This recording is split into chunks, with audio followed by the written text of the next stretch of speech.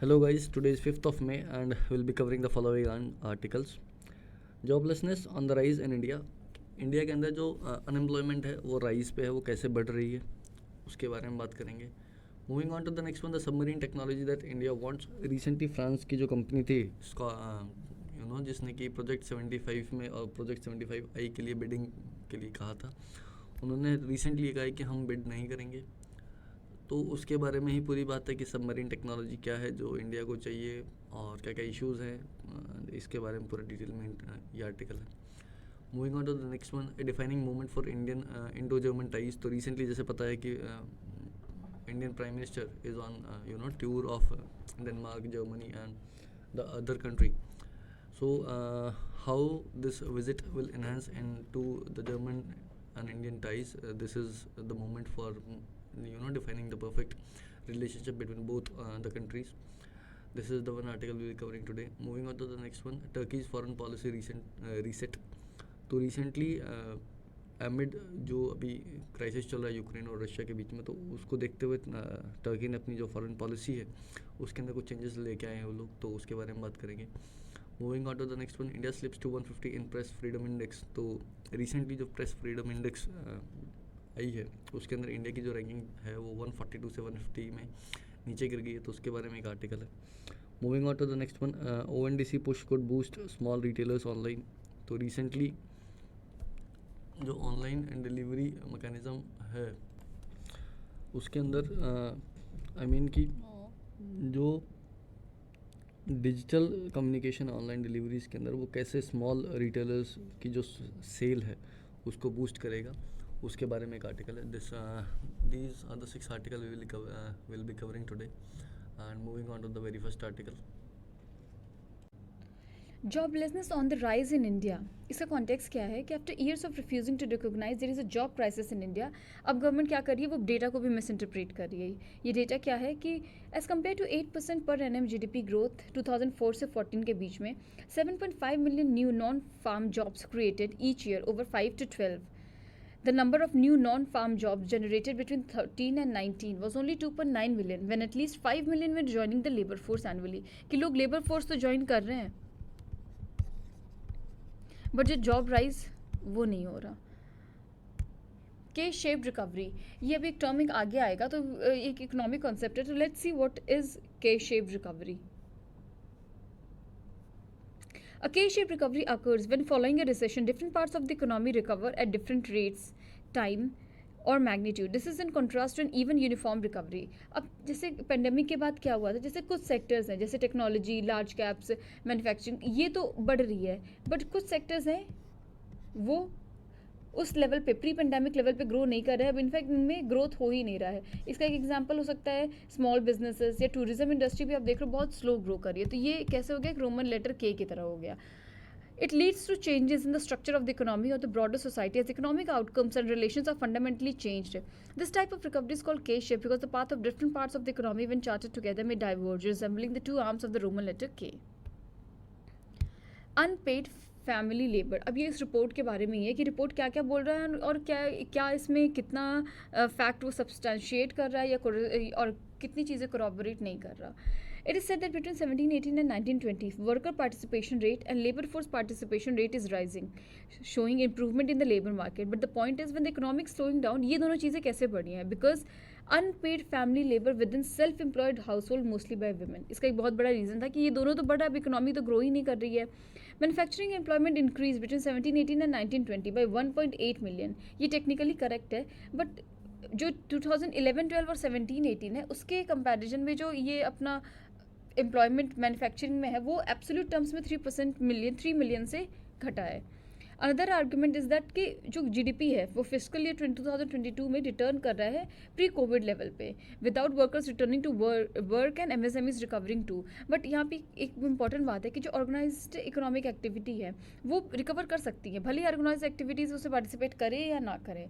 A fall in urban employment after July 2020 has now been reversed, with urban unemployment rate rising in April-June 2021 back to mid-2020 level. And labor force participation falling again. This is a K-shaped recovery कि मतलब urban employment भी rise कर रही है. MSMEs के बारे में हमारे पास कोई डेटा नहीं है. farm employment. Recovery of urban employment ignores the urban employment barely captures a third of total employment. हमारे इंडिया में क्या है ना, जो एग्रीकल्चर है वो 60% है, 60% of the labour force participation है. तो ये जो अर्बन एम्प्लॉयमेंट है वो इन 1/3 को तो इग्नोर ही कर रहा है. Agriculture output may have performed well during COVID and free rations may have alleviated acute distress. It completely ignores that between 1920, absolute number of the workers in agriculture increased from 200 million to 232 million. कि मतलब भले Covid के time में जो है वो respite हुआ था through to free rations and all, but it ignores की जो नंबर ऑफ वर्कर्स थे जो फार्म एक्टिविटीज़ में वो बढ़ गए थे. Rising farm employment is a reversal of the structural change underway until 2014. Another argument is organized formal employment is rising because new registration in the employment provident fund rose in the last 2. मतलब एक और ये argument दिया गया था कि formal employment बढ़ी है क्योंकि EPFO में नया रजिस्ट्रेशन हो रहा है. But EPFO post payroll data is the absence of data on unique existing contributors. The employee join, leave and then rejoin, leading to large and continuous revisions in EPF enrollment. अब इसका solution क्या हो सकता है? Promoting labour intensive industry. So employment rise कर रही है तो हमें ऐसी इंडस्ट्री सेटअप करनी है जो कि लेबर इंटेंसिव हो, जिनमें लेबर ज़्यादा काम कर सके, जैसे food processing, leather, footwear, wood manufacturers, furnitures, textile, apparel and garments. Special packages individually design for each industry are needed to create job. Decentralisation of industries so that the people of every region get employment. Development of rural areas will mitigate the migration of rural people to urban areas, thus decreasing the pressure on the urban area jobs. National employment policy draft. तो there is a need, जैसे national हमारी जो national economic policy है, national education policy, इसी तरह एक employment policy भी होनी चाहिए जो कि मल्टी डायमेंशनल इंटरवेंशंस को कवर करे.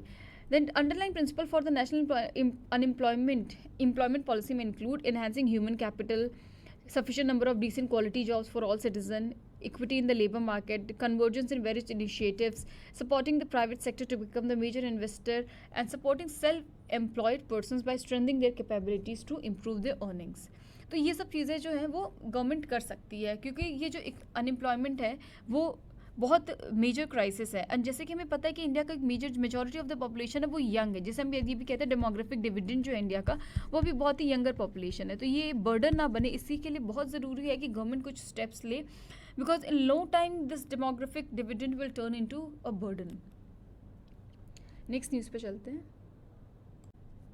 Submarine tech that India wants. अभी क्या हुआ है रिसेंटली, जो एक फ्रांस का नेवल ग्रुप है जिसको ओरिजिनल इक्विपमेंट मैन्युफैक्चरर्स के रूप में शॉर्टलिस्ट किया गया था, उसने मना कर दिया है कि ये P-75 जो इंडिया का प्रोजेक्ट उसके लिए बिड नहीं करेगा. रीज़न क्या था कि the request for proposal requires that fuel cell AIP be sea proven, while the French Navy does not use such a professional. ये जो AIP टेक्नोलॉजी है ना, ये इंडिया के रिक्वेस्ट ऑफ प्रपोजल में था, बट जो फ्रेंच नेवी वो इसको यूज़ नहीं कर सकती. AIP क्या है? Air independent professional technology for conventional that is non nuclear submarines. तो ये अभी ये न्यूज़ का कॉन्टेक्स्ट है, तो अभी हम देखते हैं और technology. What is P-75I project? In 1999, the Cabinet Committee on Security approved a 30-year plan for Navy to indigenously build and induct 24 submarines by 2030. First phase में 2 lines of production. The P-75 and P-75I each will produce 6 submarines. P-75 was signed in 2005 when Naval Group, जो कि तब DCNS जाना जाता था, Mazagon dock ship builders limited, first Kalvari class scorpion class submarine दिसंबर 2017 में commission हुई थी. Another 5 submarines has been build. और जब भी रिसेंटली बख्शीर जो है ना, इसमें ये है कि कलवारी, वेला, वागीर, बख्शीर, ये सब हैं इसमें. P-75 deliveries were delayed. P-75 has seen long delays even before it has kicked off. It will be India's first project under the strategic partnership model. The government will give the contract to an Indian strategic partner, which will partner with a foreign OEM, जो original equipment manufacturer है, to build AIP powered submarines. इसमें क्या है strategic partnership model में कि एक Indian company होगी जो कि स्ट्रेटेजिक पार्टनर होगी और एक फॉरेन कंपनी होगी जो कि ओरिजिनल इक्विपमेंट मैन्युफैक्चरर होगी. तो ये इसके अंदर गवर्नमेंट का एक्चुअली प्लान था कि इंडिजिनसली बिल्ड करना है by 2030 24 submarines. MDL and L&T are 2 selected ये स्ट्रेटेजिक पार्टनर्स, ये जो इंडियन कंपनीज़ हैं, एंड द 5 सेलेक्टेड OEMs जो कि बाहर की कंपनी है वो ये हैं. What is the status of the project? The final bids, one each by SP in partnership with OEM, are yet to be finalized. Project is facing turbulence. Naval Group has already announced it is pulling out, and the sources said the Russian and the Spanish companies might also not proceed with the bids. मतलब जो France है उसने तो already pull out कर लिया है. Concern क्या है? A sea-proven fuel cell AIP. While some manufacturers may have the technology, it may have not been proven at sea yet. Some analysts believe that while the request for proposal was clear about this condition, it is possible that the OEMs were expecting certain concessions. मतलब ये जो पूरा है ना, ये दिक्कत ये AIP का है कि मतलब जब बिड किया था तो उन लोगों को लगा था कि थोड़ा सा कंसेशन मिलेगा, बट ऐसा हुआ नहीं, और कई जो मैन्युफैक्चरर्स के पास ये टेक्नोलॉजी है भी नहीं.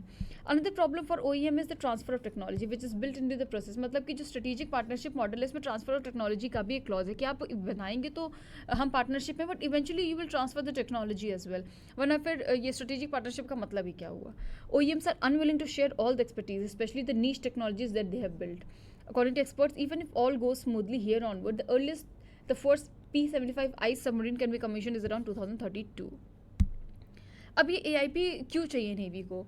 Fuel cell-based AIP has merits in performance compared to other technology. It allows a conventional submarine to remain submerged for much longer than ordinary diesel. अब जो AIP है ना, ये सबमरीन्स जो हैं वो सबमरीन्स वो क्या अलाउ करती हैं कि ज़्यादा देर तक सबमर्ज रहे, जो नॉर्मल डीजल इलेक्ट्रिक सबमरीन्स हैं. The conventional submarines have to run their generators that recharge the batteries that allow the boat to function underwater. However, the more frequently a submarine services, the higher the मतलब जो submarines है ना, उनको अपनी batteries नीचे रहने के लिए बैटरीज को चार्ज करना पड़ता है, इसलिए उनको ऊपर आना पड़ेगा. तो जितनी बार ऊपर आएंगे उतनी बार उनके डिटेक्ट होने के चांसेस ज़्यादा हैं. Diesel electric submarines must come to the surface or close to run their generators to recharge the batteries that propel them underwater. AIP is a mechanism that allows the batteries to be charged even while. अब AIP क्या करता है, ये batteries को तब भी recharge करेगा जबकि जो बोट है वो सबमर्ज्ड है. कन्वेंशनल सबमरीन्स में क्या होता है कि जो बैटरीज जो उनको सबमर्ज रखती हैं उनको रिचार्ज करने के लिए ना जनरेटर चलाना पड़ता है, और जो जनरेटर चलाने के लिए सबमरीन्स को आपको सरफेस के ऊपर आना पड़ेगा. बट सरफेस के ऊपर आएंगे जितना ज़्यादा तो उतना क्या होगा, डिटेक्ट होने के चांसेस. तो AIP ये अलाउ करता है कि आप नीचे रह के भी अपनी बैटरीज को चार्ज कर सकते हो. However even with AIP the submarine needs to surface every 3 weeks. मतलब ऐसा नहीं कि AIP से बिल्कुल भी ऊपर नहीं आना होगा, बट यही है कि टाइम कम हो जाएगा. AIP allows a submarine to remain submerged for more than a fortnight compared to 2 or 3 days for diesel electric boats. While the 6 P-75 submarines are diesel electric, they can be fitted with AIP technology later. By the time P-71 is completed under the 30-year project, India is projected to have 6 diesel electric, 6 AIP powered and 6 nuclear attack submarines. India has been working to develop AI technology indigenously as well. In March 2021, DRDO developed Air Independent Propulsion System by providing the land-based prototype. However, experts have certain doubts about DRDO's prototype, and many fear that it may not be ready even by the time the first Kalwari-class submarines comes for refitting starting 2024. Around 10 countries have developed or are close to building AIP technology. Almost 20 nations have AIP submarines. There are different types of AIP mechanism available. What India is looking for under P-75I project is AIP based on fuel cells. These cells convert chemical energy into electrical energy, recharging the batteries of the sub. मतलब ये कई इसके models होते हैं, but India क्या देख रही है कि जो AIP फ्यूल सेल बेस्ड हो. What submarines does India have now? India has 16 conventional वही जो अभी की डीजल इलेक्ट्रिक हैं, उनको रिचार्ज बैटरी करने के लिए आपको सरफेस ऑफ वाटर पे आना पड़ेगा. SSK class. After the last 2 Kalwari class submarines are commissioned under Project 75, this number will go up to 18. India has 2 nuclear ballistic submarines classified SSBN. Of the 16 SSKs, 4 are of Shishumar class, which were brought and then built in India in collaboration with Germany starting 1980s.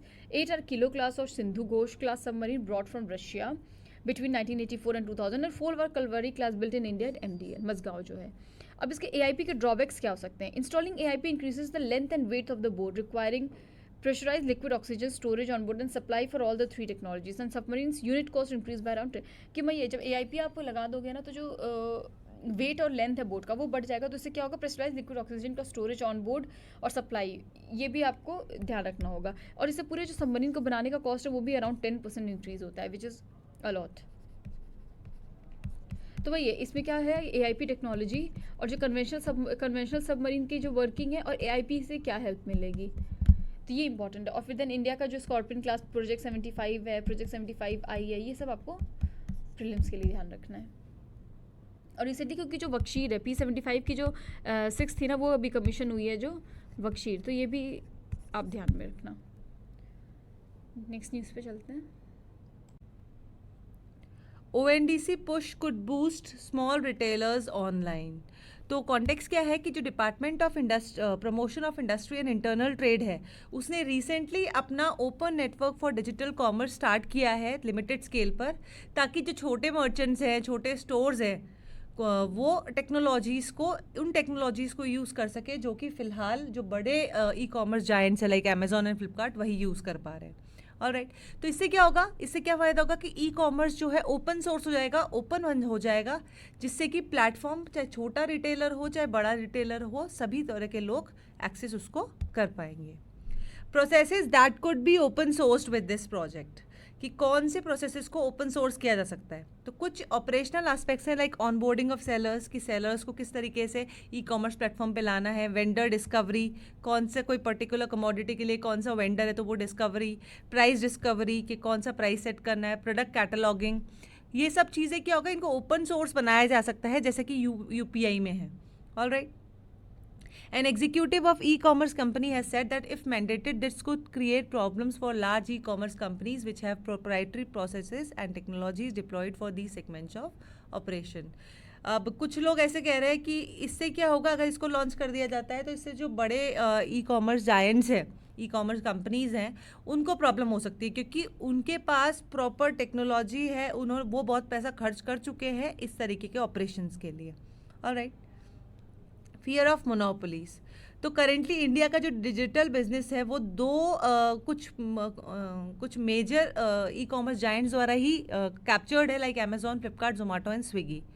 ONDC जो है वो क्या करना चाहता है, वो consumers और retailers के बीच में जो ये डिजिटल बैरियर है, जो छोटे कंज्यूमर्स हैं जो डिजिटल गैप को नहीं क्रॉस कर पा रहे हैं, उनके लिए ये बहुत अच्छा प्लेटफॉर्म है. Alright, the gig workers expected to be employed 5 lakh. ठीक है. The size of India's digital economy by 2030 it is estimated to be $800 billion.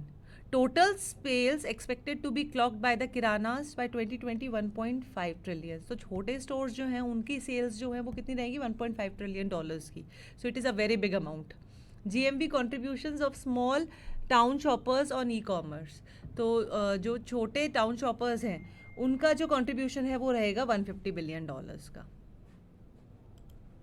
Now what is open network for digital commerce. तो open network for digital commerce एक initiative है जो कि हर तरह की goods और सर्विसेज को ई कॉमर्स प्लेटफॉर्म पे प्रोवाइड करने के लिए ओपन नेटवर्क्स प्रमोट करने का काम करता है.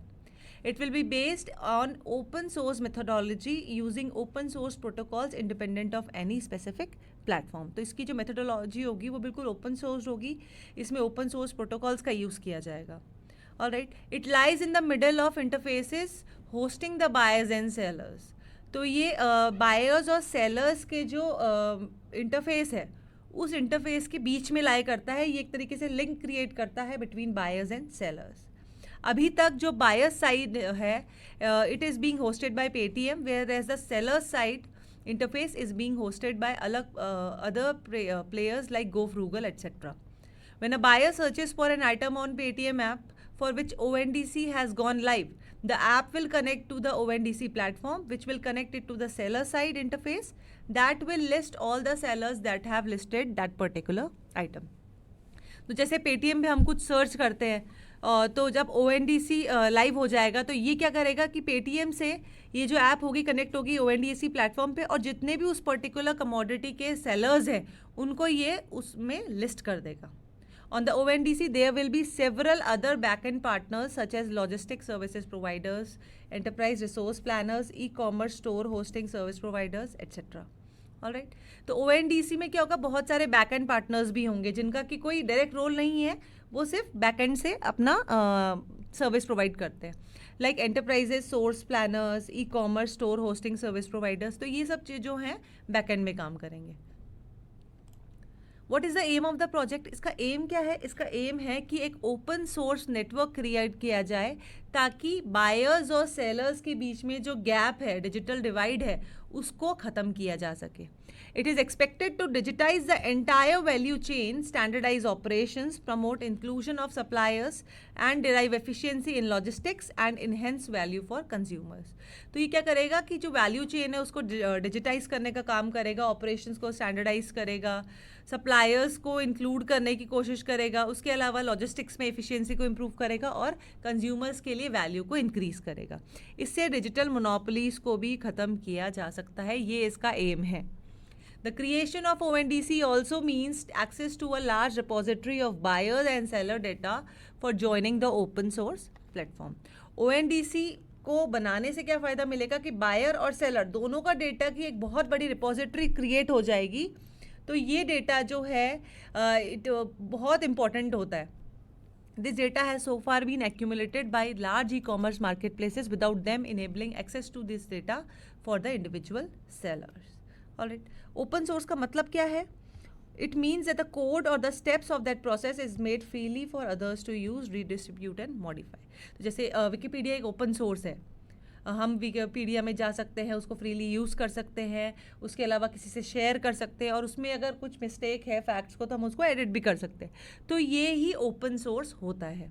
ऑलराइट, इसका एक और एग्जांपल देख सकते हैं। एप्पल आईफोन्स की अगर हम बात करें तो उनका जो ऑपरेटिंग सिस्टम है iOS, वो एक क्लोज सोर्स है क्योंकि वो किसी और इलेक्ट्रॉनिक इक्विपमेंट में मॉडिफाई नहीं किया जा सकता, उसमें डाला नहीं जा सकता। लेकिन एंड्रॉयड जो है वो एक ओपन सोर्स ऑपरेटिंग सिस्टम है। क्यों? क्योंकि ये अलग अलग कंपनीज जो हैं फ़ोन बनाने वाली, मोबाइल्स बनाने वाली, लाइक सैमसंग, शाओमी, उसके अलावा वन प्लस, तो ये सब क्या करते हैं, अपने हार्डवेयर के अकॉर्डिंग इस एंड्रॉयड ऑपरेटिंग सिस्टम को मॉडिफाई कर सकते हैं। तो इसलिए एंड्रॉयड जो है वो एक ओपन सोर्स है। If the ONDC is implemented and mandated, it would mean that all e-commerce companies will have to operate using the same process. अगर ONDC को implement कर दिया जाता है, mandate कर दिया जाता है, तो इसका मतलब कि सारी e-commerce companies को same process से ही काम करना पड़ेगा और इससे छोटे रिटेलर्स और न्यू एंट्रेंट जो हैं उनको भी बूस्ट मिलेगा ताकि वो भी डिजिटल प्लेटफॉर्म पर आ सके।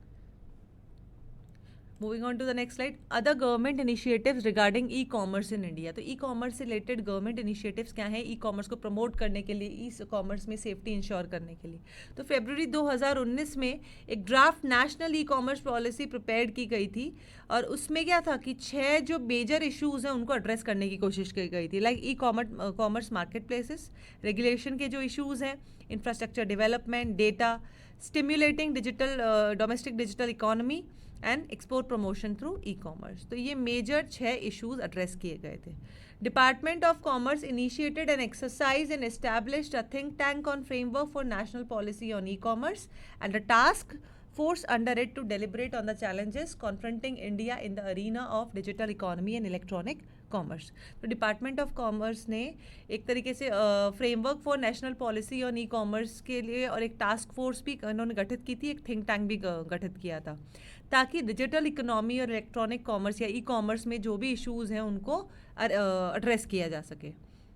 रिजर्व बैंक ऑफ इंडिया ने इंटर ऑपरेबिलिटी अलाउ की है among the prepaid payment instruments such as digital wallets, prepaid cash coupons and prepaid telephone top-up cards। तो interoperability इन्होंने अलाउ की है। उसके अलावा उन्होंने बैंक्स और कंपनीज़ को ये भी कहा है कि जितने भी KYC compliant prepaid payment instruments हैं, जैसे कि पेटीएम का जो वॉलेट होता है या फ़ोनपे का वॉलेट होता है, तो इनको भी इंटर-ऑपरेबल बनाना ज़रूरी है एज़ पर UPI। FDI guidelines for e-commerce by DIPP। अब FDI ने भी की गाइडलाइंस भी DIPP ने दी है, DPIIT। तो इसकी गाइडलाइंस के अकॉर्डिंग क्या है कि FDI को ई कॉमर्स में FDI को प्रमोट करने के लिए गवर्नमेंट ने FDI को अप टू 100% अलाउ कर दिया है। गवर्नमेंट ई मार्केट प्लेस जो है GEM, उसने एक MOU साइन किया with the union bank of India ताकि एक कैशलेस, पेपरलेस और ट्रांसपेरेंट पेमेंट सिस्टम इंश्योर किया जा सके। Alright, the heavy investment of government of India in rolling out the fibre network for 5G will help boost e-commerce in India. तो अभी जो 5G का डेवलपमेंट फेज चल रहा है, 5G के लिए फाइबर नेटवर्क रोल आउट हो रहे हैं, तो इससे क्या होगा कि इंटरनेट कनेक्टिविटी बढ़ेगी और इंटरनेट कनेक्टिविटी बढ़ने से ही ई कॉमर्स जो है वो बूस्ट होगा। 2018 के 19 के जो यूनियन बजट में गवर्नमेंट ने भारत नेट प्रोजेक्ट को भी प्रमोट करने के लिए 8,000 करोड़ का एलोकेशन दिया था।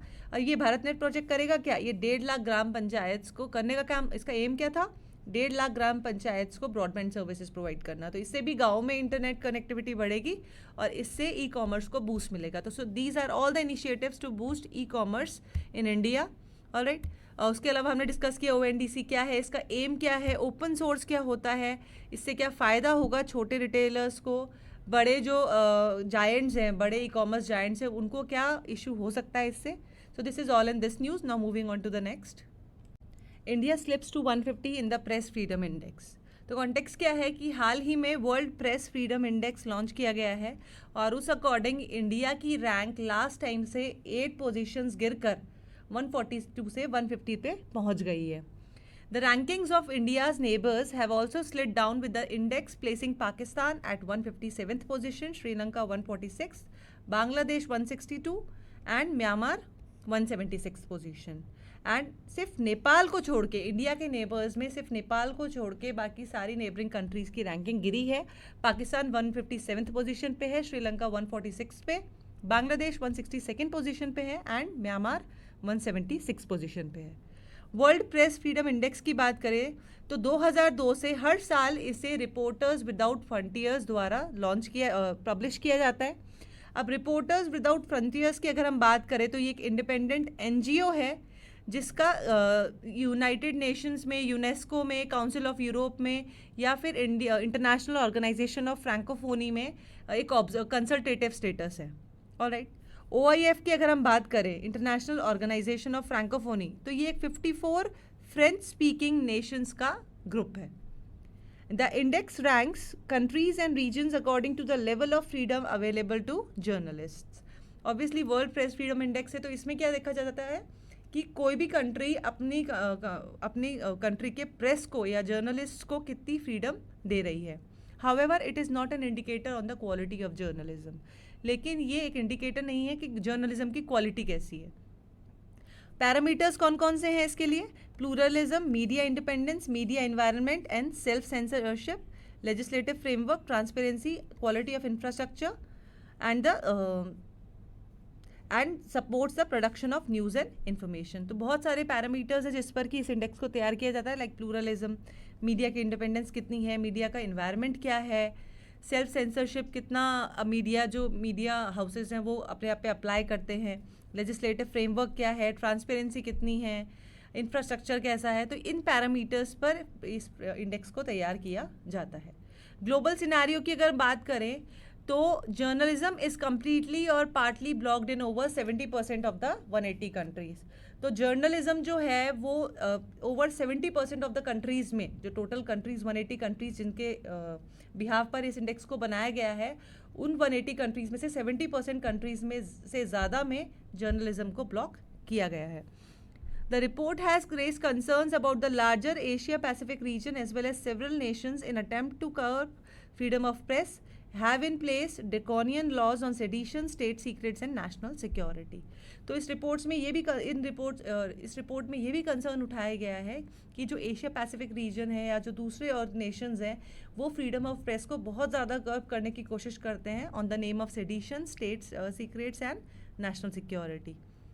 अब टॉप पे कौन आया है? तो जो नॉर्डिक कंट्रीज़ है, नॉर्वे, स्वीडन, डेनमार्क, तो ये जो इनका जो ट्रायो है ये फर्स्ट आया है. नॉर्वे फर्स्ट आया है, followed by Denmark and Sweden. सबसे जो बिलो लोवेस्ट 10 कंट्रीज़ हैं उनमें China, north Korea, Iran, Cuba और म्यांमार शामिल हैं. Alright. Now what is the performance of India? तो उसका एनालिसिस देख लेते हैं. तो इंडिया 2020 और 21 दोनों में 142nd रैंक पे था और कोई इम्प्रूवमेंट नहीं दिखाया था. इसके रैंक्स में कोई इम्प्रूवमेंट हुआ नहीं. इस साल इंडिया जो है 150th रैंक पे प्लमेट कर दिया. इंडिया की रैंक 150th पहुंच गई है. India is among the countries classified bad for journalism and is termed as one of the most dangerous countries for journalists trying to do their jobs properly. तो India जो है वो कुछ countries में, उन कंट्रीज़ में से है जिनको जर्नलिज्म के लिए बुरा माना गया है और ये one of the most dangerous countries मानी गई है for journalists. The report has blamed an environment of intimidation created by nationalist government on any critical journalist, often brandishing them as anti-state and anti-national. तो report में ये blame किया गया है कि इंडिया में कोई भी जर्नलिस्ट सरकार के खिलाफ आवाज़ उठाता है, उनकी पॉलिसीज़ को क्रिटिसाइज़ करता है, तो गवर्नमेंट क्या करती है, उनको ब्रांडिश कर देती है कि ये एंटी स्टेट बातें कर रहा है या एंटी नेशनल है. ये कश्मीर में बहुत ज़्यादा सिचुएशन बढ़ेंगे क्योंकि यहाँ पर क्या होता है, पुलिस जो होती है वो रिपोर्टर्स को बहुत ज़्यादा हरास करती है और इसकी रिपोर्ट्स बहुत ज़्यादा न्यूज़ में देखी जाती है. What is the reason behind India's poor performance? हमने डिस्कस किया जर्नलिस्ट के खिलाफ वायलेंस होती है, पॉलिटिकली पार्टीसन मीडिया है, कुछ जो मीडिया हाउसेस है वो किसी पर्टिकुलर पार्टी को, पॉलिटिकल पार्टी को या आइडियोलॉजी को सपोर्ट करते हैं। उसके अलावा ये इश्यूज हैं, ये सबसे ज़्यादा इन्फ्लिक्ट कर रहे हैं इंडिया को। It is alleged that under the guise of combating COVID-19, the government and its supporters waged a guerrilla war of lawsuits against media outlets whose coverage of the pandemic contradicted official statements. ऐसा कहा जा रहा है कि कोविड-19 के रोकने के भेस में जो गवर्नमेंट और उसके सपोर्टर्स हैं उन्होंने क्या किया है कि ये जो मीडिया आउटलेट्स हैं इनके खिलाफ क्या कहा, वॉरफेयर छेड़ दिया है। Now freedom of press in India, तो कि क्या लीगल फ्रीडम्स प्रोवाइड की जाती है वो सब चीज़ें, तो it is legally protected by amendment to the constitution of India, while the sovereignty, national integrity, moral principles are generally protected by the law of India to maintain a hybrid legal system for independent journalism. तो independent journalism को ensure करने के लिए constitution में amendment भी किया गया है, उसके अलावा कुछ लीगैलिटीज़ भी हैं, कुछ लॉज भी हैं, तो इन दोनों के मिक्सचर से प्रेस फ्रीडम को इंश्योर किया गया है इंडिया में। मीडिया बायस और misleading information is restricted under the certain constitutional amendments as described by the country's constitution. Media bias और मिसलीडिंग इन्फॉर्मेशन को रोका गया है कुछ कॉन्स्टिट्यूशनल अमेंडमेंट्स के through. Alright, the media crime is covered by IPC which is applicable to substantive aspects of criminal law. तो media crime को IPC द्वारा कवर किया गया है। And freedom of press in India is subject to certain restrictions like defamation law, lack of protection for whistleblowers, barriers to information access and constraints caused by public and government hostility to journalists. तो India में press freedom जो है वो कुछ restrictions भी हैं, जैसे defamation law है। अगर कोई मीडिया हाउस डेलिबरेटली किसी पर्टिकुलर ऑर्गेनाइजेशन को या किसी पर्सन को या पार्टी को डिफेम कर रहा है तो उसके अगेंस्ट लॉ है। विसल ब्लोअर्स की प्रोटेक्शन जो है उसकी के लिए लैक है बहुत ज़्यादा, इंफॉर्मेशन एक्सेस में गैप है। उसके अलावा गवर्नमेंट और पब्लिक हॉस्टिलिटी जो रहती है जर्नलिस्ट के खिलाफ कई बार, तो उनमें भी कई कंस्ट्रेंट्स हैं। तो ये सब इशू है इंडिया में फ्रीडम प्रेस फ्रीडम के। Alright, so this is all in this news. A defining moment for Indo-German ties, right? This is the one article from the Hindu, and in this particular article we will be discussing about India's relationship with Germany, right? Recently, as जैसे कि हमें पता है कि Indian Prime Minister is on a visit with to Germany, तो इस दौरान क्या बातें हुई और इन बातों से जो जर्मनी और इंडिया के बीच में जो टाइज है वो कैसे सही होंगे और कैसे सही करने की इनको ज़रूरत है इस टाइम, इस पर्टिकुलर विजिट से क्या इफ़ेक्ट पड़ेगा इस आगे आने वाले टाइज पे, उसके बारे में बात करेंगे। ओके, कंटेक्स्ट ले लेते पहले। Indian prime minister visit to Berlin for the 6th Indo German intergovernmental consultation is significant for its timing and substantial results. तो रिसेंटली जो इंडियन के जो प्राइम मिनिस्टर हैं वो बर्लिन के विज़िट पे हैं, और वो इसलिए कि 6th Indo German intergovernmental consultations है, राइट।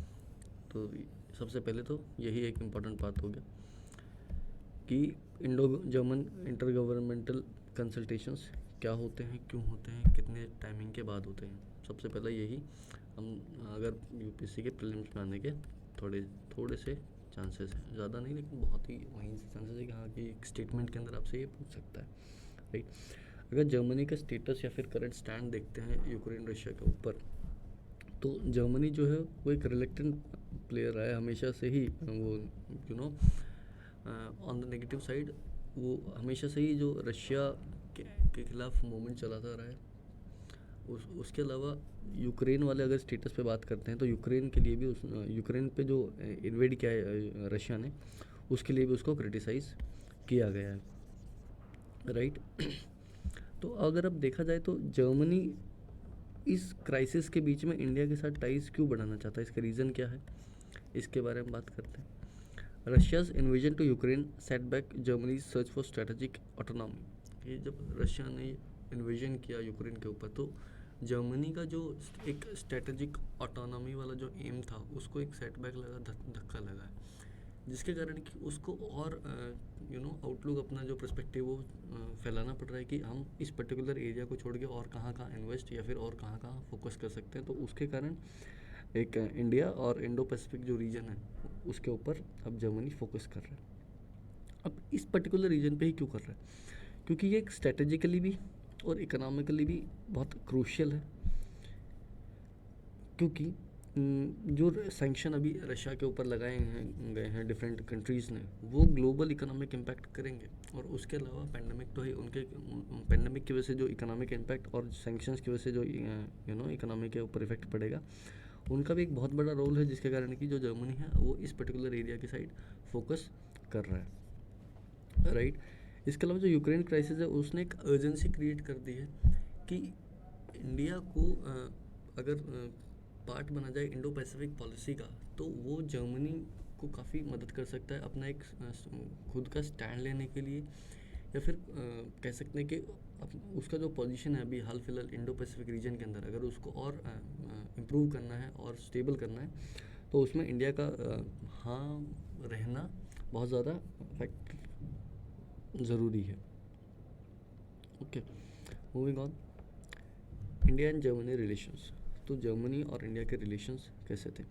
अगर बात करें इंडिया के पर्सपेक्टिव से, तो इंडिया के टेक क्या है जर्मनी के ऊपर? तो इंडिया के लिए it was important to prevent Germany from being overwhelmed by the Ukraine crisis and bring focus to its Indo Pacific. कि इंडो पैसिफिक के ऊपर जो ध्यान ज़रूरी था, अगर टेक की टाइज की बात करते हैं, तो इंडिया ये कहता है कि जर्मनी बहुत ही ज़्यादा ज़रूरी स्टेट है जो कि इस फोकस करे इंडो पैसिफिक रीजन के ऊपर, इंस्टेड कि वो यूक्रेन क्राइसिस के ऊपर ज़्यादा फोकस ना करते हुए। इसके अलावा ये तो क्राइसिस है ही, लेकिन इसके अलावा वो जो खुद का असेसमेंट है चाइना का जो रोल है वर्ल्ड अफेयर्स के अंदर, उसको भी रीअसेस करे कि वो चाइना के साथ कैसे रिलेशंस चाहता है। उसके अलावा जो चाइना के अंदर उगर्स मुस्लिम्स के जो इश्यूज़ है, जो सिचुएशन है, उसको भी डिस्कशन किया जाए, राइट। अच्छा, अगर प्रीवियसली हम बात करते हैं तो Indian and Germany do not have traditional strategic partnership. कोई ट्रेडिशनल स्ट्रेटेजिक पार्टनरशिप नहीं है इंडिया और जर्मनी के बीच में।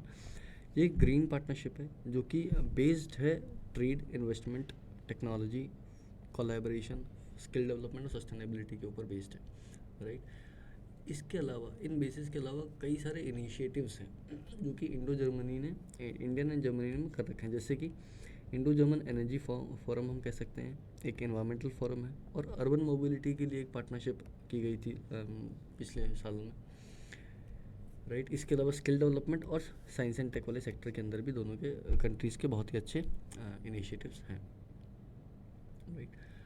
अब इस पूरे के पूरे जो बायलैटरल हम कह सकते हैं रिलेशन है, अब इसके अंदर एक टाइम आ गया कि हाँ एक ट्रायंगुलर डेवलपमेंट कोऑपरेशन बनाया जाए। मतलब कि इंडिया एंड जर्मनी का जो बायलैटरल रिलेशन है उसके साथ में एक थर्ड कंट्री को जोड़ा जाए, जिससे कि एक ट्रायंगुलर डेवलपमेंट कोऑपरेशन बन सके, जिससे कि इस पूरे जो डेवलपमेंट कोऑपरेशन होगा इसका फोकस होगा थर्ड कंट्रीज़ के ऊपर, कि दोनों कंट्रीज़ मिलके जो थर्ड वल्नरेबल कंट्री है उसके ऊपर फोकस करेंगे, राइट। और इसके लिए Indo Pacific region, Asia, Africa and beyond वाला जो एरिया है वो फोकस में रहेगा, राइट। अब रिसेंटली जैसे पता है कि इंडिया और यूरोपियन यूनियन ने जो FTAs के ऊपर डिस्कशंस थे वो रीस्टार्ट कर दिए हैं। तो इसके कारण फोकस जो था वो एंटरप्रेन्योरशिप और प्राइवेट सेक्टर के ऊपर अभी आ गया। इसके अलावा क्लाइमेट फ्रेंडली जो अचीवमेंट्स है SDG के अंदर, उसके ऊपर भी फोकस करने के लिए दोनों ही कंट्रीज़ एम्बिशन कर रहे हैं। अगर दूसरे इनिशिएटिव की बात करते हैं रिलेशंस के अंदर ही, तो एजुकेशन पार्टनरशिप है एक इंडो जर्मन एजुकेशन पार्टनरशिप, जो कि 2016 में पास हुई थी। और अगर ये इसको कहा गया था कि India new passage to India, कि इंडिया के साइड एक नया रास्ता खोला जा रहा है कि आप एजुकेशन के थ्रू इंडिया के स्टूडेंट्स जर्मनी में, और जर्मनी वाला अगर कोई जैसे योगा या फिर ट्रेडिशनल मेडिसिन के ऊपर रिसर्च करना चाहता है, तो वो एक तरीके का स्टूडेंट एक्सचेंज हो गया दोनों कंट्रीज़ के बीच में, राइट। इसके अंदर जो नई IITs है, जैसे कि IIT इंदौर हाल ही में ओपन हुई थी, वो कई सारी टेक्निकल यूनिवर्सिटी जो जर्मनी में ऑलरेडी है उसके साथ कोलैबोरेट करती है जॉइंट प्रोग्राम्स के लिए, जिसके अंदर की स्टूडेंट एक्सचेंज प्रोग्राम चलते हैं, राइट। इसके अलावा Indo German science and technology centre है, जो कि काफ़ी वैल्यूएबल कॉन्ट्रीब्यूशंस है उस पर्टिकुलर सेंटर का दोनों कंट्रीज़ के एजुकेशनल एक्सचेंज प्रोग्राम के अंदर, राइट। और अब रिसेंटली एनर्जी पार्टनरशिप की बात करते हैं, तो एनर्जी पार्टनरशिप के अंदर green hydrogen task force develop करेगी ग्रीन हाइड्रोजन रोड मैप, और इस रोड मैप से दोनों ही कंट्रीज़ अटेम्प्ट करेंगे कि इस जो पर्टिकुलर इसके ऊपर R&D होगा उसको एक कमर्शलाइजेशन वाले लेवल पे लेके जाएं, और इस पर्टिकुलर एनर्जी के ऊपर जो हार्नेसिंग है उससे कुछ वर्ल्ड में इफ़ेक्ट लाया जाए, राइट। तो इस पूरे मुद्दे की अगर हम बात करते हैं तो एक नया पीरियड शुरू हो रहा है, क्योंकि अभी वर्ल्ड भी पेंडेमिक से निकला है, यूक्रेन में क्राइसिस चल रहा है, तो एक परफेक्ट टाइमिंग है दोनों कंट्रीज़ के लिए कि दोनों के जो टाइज़ हैं उसको और स्ट्रेंथन किया जाए, नई प्रायोरिटीज़ ढूंढी जाए, और एक साथ ही जैसे कि पेंडेमिक का जो इशू था उसको ध्यान में रखते हुए, इकोनॉमिक डाउनटर्न को ध्यान में रखते हुए दोनों के दोनों जो प्रायोरिटीज़ है वो नई सेट की जाए, right. This was all of this article. If we talk about from the exam perspective, the main will be location based question कि particular Germany कहाँ based है, neighboring countries, other than this Baltic Sea के neighboring countries, North Sea के neighboring countries, majorly location based question ही इससे पूछे जाएंगे, right. Moving on to the next article, Turkey's foreign policy reset.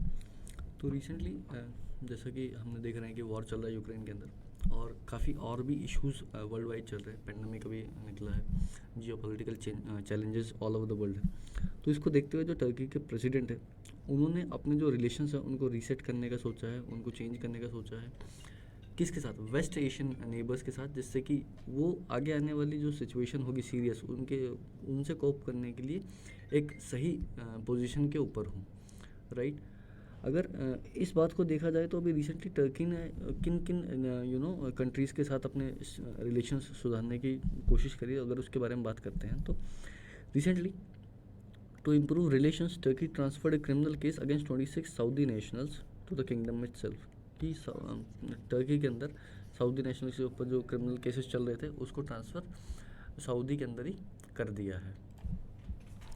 और इसको देखते हुए, इस पर्टिकुलर स्टेप को देखते हुए जो सऊदी अरेबिया है उन्होंने रेसिप्रोकेट किया कि वो जो बैन था उनके टर्किश गुड्स के ऊपर उसको रिमूव कर दिया है, जिससे कि जो टर्किश का एक्सपोर्ट्स है वो रिड्यूस हो गया है 3.2 से लेके 200 बिलियन तक, right.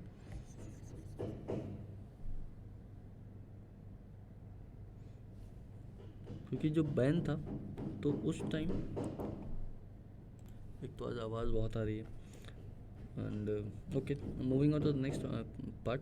Before his departure the Turkish president एक जॉइंट विल के ऊपर बात किया कि एक न्यू पीरियड ऑफ कोऑपरेशन बनेगा, जिसके अंदर स्पेसिफिकली मेंशन्ड होगा एनर्जी के ऊपर, हेल्थ के ऊपर, फूड सिक्योरिटी, फाइनेंस और डिफरेंट इंडस्ट्री के ऊपर वो पर्टिकुलरली फोकस रहेगा, राइट। और इस पर्टिकुलर मीटिंग के टाइम जब वो सऊदी गए तो उन्होंने कोडियल मीटिंग्स करी किंग्स के साथ, क्राउन के साथ, उनके kingdom as Turkey's friend and brother की तरह एक उसको संबोधित किया कि हाँ सऊदी जो एरिया है वो टर्की का फ्रेंड और एक दोस्त भाई, टर्कीज फ्रेंड एंड ब्रदर की तरह उसको रेफ़र किया, राइट। अगर हम बात करते हैं तो टर्की है यहाँ पर, राइट, सेंट्रल एशिया या फिर यूरोप बोल सकते हैं, सेंट्रल एशिया और यूरोप को कनेक्ट करता है कि इधर यूरोप है, इधर सेंट्रल एशिया, ऊपर ब्लैक सी, राइट में Georgia, Armenia, Azerbaijan, Iran, Caspian sea है राइट हैंड साइड में, सऊदी अरेबिया नीचे है, Iraq, Syria, Lebanon, Israel, Egypt, Cyprus, Greece, Bulgaria, Romania, Moldova, Ukraine.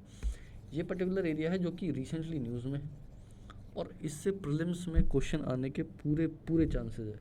Mediterranean सी के कंट्रीज़ कौन से हैं, राइट, ब्लैक सी को सराउंडिंग वाले कंट्रीज़ कौन से हैं, कैस्पियन सी को सराउंड करते हुए कौन से कंट्रीज है, टर्कीज़ कहाँ इंटरनेशनल बाउंड्रीज टच करती है। इसके अलावा यूक्रेन वाला क्राइसिस चल रहा है तो यूक्रेन की बाउंड्रीज, रशिया वाला क्राइसिस चल रहा है तो रशिया वाले, मोल्डोवा की चल रही है, दोनों के बीच में जो एरिया है ट्रांसरेशिया, उसके बारे में बात हो सकती है। उसके अलावा Egypt, Saudi Arabia, Iran, Iraq, Azerbaijan, इसके बारे में बात हो सकती है, राइट। तो ये अपने प्रीलिम्स के लिए तैयार रखें। मूविंग ऑन, तो अगर करंट स्टैंड की बात करते हैं टर्की की, तो वो क्या है। नेटो मेंबर है वो 1950 से, और कि कोई भी ब्रॉड रीजनल लीडरशिप के लिए एनी सिंगल कंट्री के पास वो चीज़ नहीं होनी चाहिए। टर्कीज टाई विद रशिया, तो रशिया के साथ क्या टाइज हैं उसके। Turkey moved closer to Russia and portray to NATO rules, even purchase Russia S 400 missile system. तो जो टर्की है वो रशिया से काफ़ी क्लोज है नेटो के रूल्स के खिलाफ जाते हुए भी, और उसने अभी रिसेंटली एस 400 मिसाइल सिस्टम खरीदा है। Its expulsion from NATO project to develop F-35 fighter aircraft has encourage even greater affinity with Russia. तो रिसेंटली नेटो ने उसको जो F-35 फाइटर एयरक्राफ्ट बनाने के लिए जो उसका प्रोजेक्ट था उससे हटा दिया, तो उससे और भी एफिनिटी होगी उसकी रशिया की तरफ, राइट। रशिया अभी हाल फिलहाल में देखा जाए तो 52% जो है वो टर्की का गैस इंपोर्ट की जो सप्लाई है उसको फुलफ़िल करता है, उसे 65% के ग्रेन रिक्वायरमेंट्स को फुलफ़िल करता है। 7 मिलियन टूरिस्ट एनुअली वो भेजता है वहाँ पे, और एक जो ये पर्टिकुलरली तीनों चीज़ें मिलके, तीनों चारों चीज़ें मिलके जो टर्किश जीडीपी है उसको एक सिग्निफिकेंट कंट्रीब्यूशन देती है। इसके अलावा Russia is also constructing a nuclear power station that in 2030 will meet 30% of Turkey's energy need. तो रशिया अभी रिसेंटली ही टर्की के अंदर एक न्यूक्लियर पावर स्टेशन भी बना रहा है, जो कि 2030 तक ख़त्म होने की जिसकी अभी डेडलाइन है, और ये particular power station 30% energy needs को फुलफ़िल करेगा टर्की की, राइट।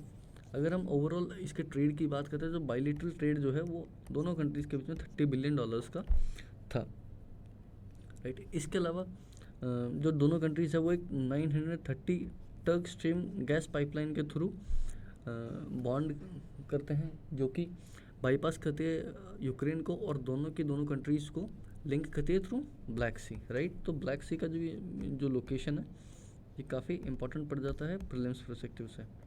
इसके अलावा यूक्रेन वाला भी है।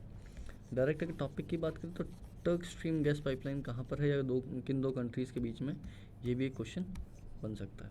ओके, इसी के बीच में टर्की और यूक्रेन के नेक्सस के बारे में बात करते हैं।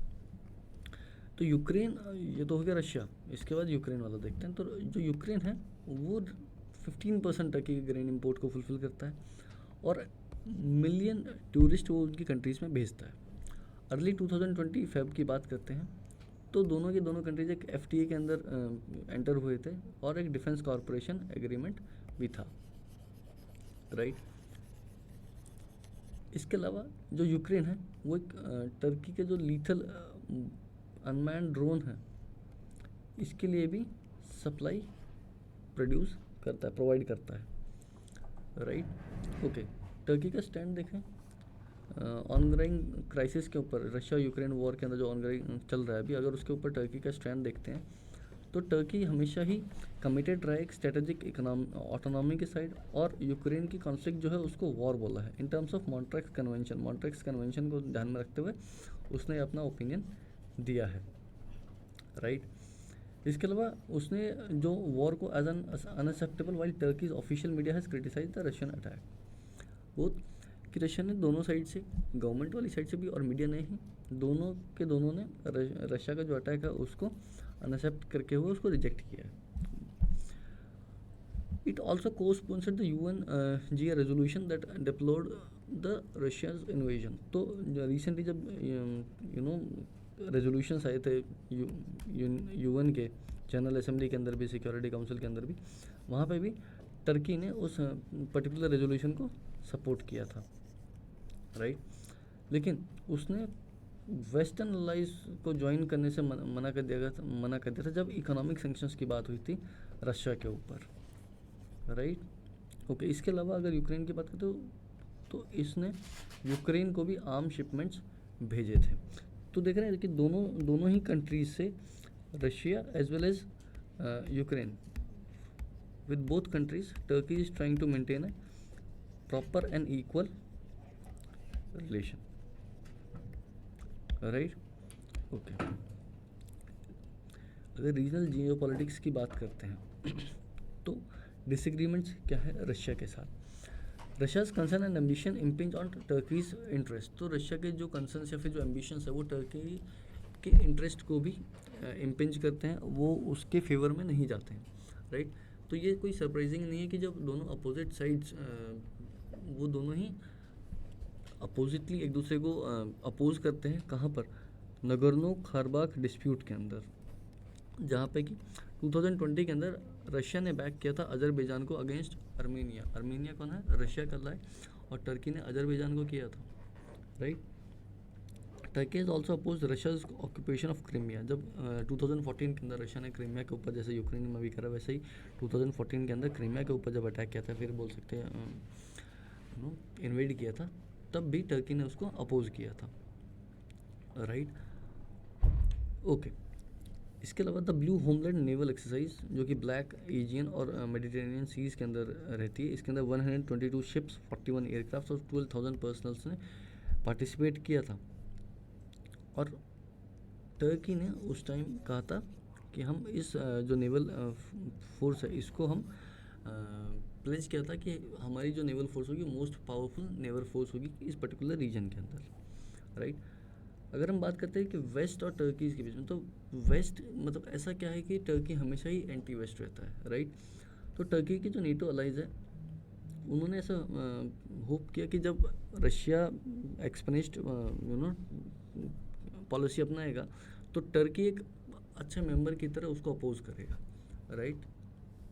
लेकिन टर्की हमेशा से ही वेस्टर्न जो कंट्रीज़ हैं उनके खिलाफ अनकंफर्टेबल रहता है, और वो उसको हमेशा ही नेगेटिवली अप्रोच करता है कि प्रेसिडेंट के जो अथॉरिटेरियन वेज हैं उसके खिलाफ वो रहता है कि वेस्टर्न कंट्रीज़ में मोस्टली प्रेसिडेंट के जो वेज हैं, जो उनके जो डिसीजन लेने के तरीके हैं वो बहुत ही अथॉरिटेरियन टाइप के हैं, उस वजह से वो वेस्ट में इतना इन्फ्लुएंस्ड नहीं रहता है, राइट।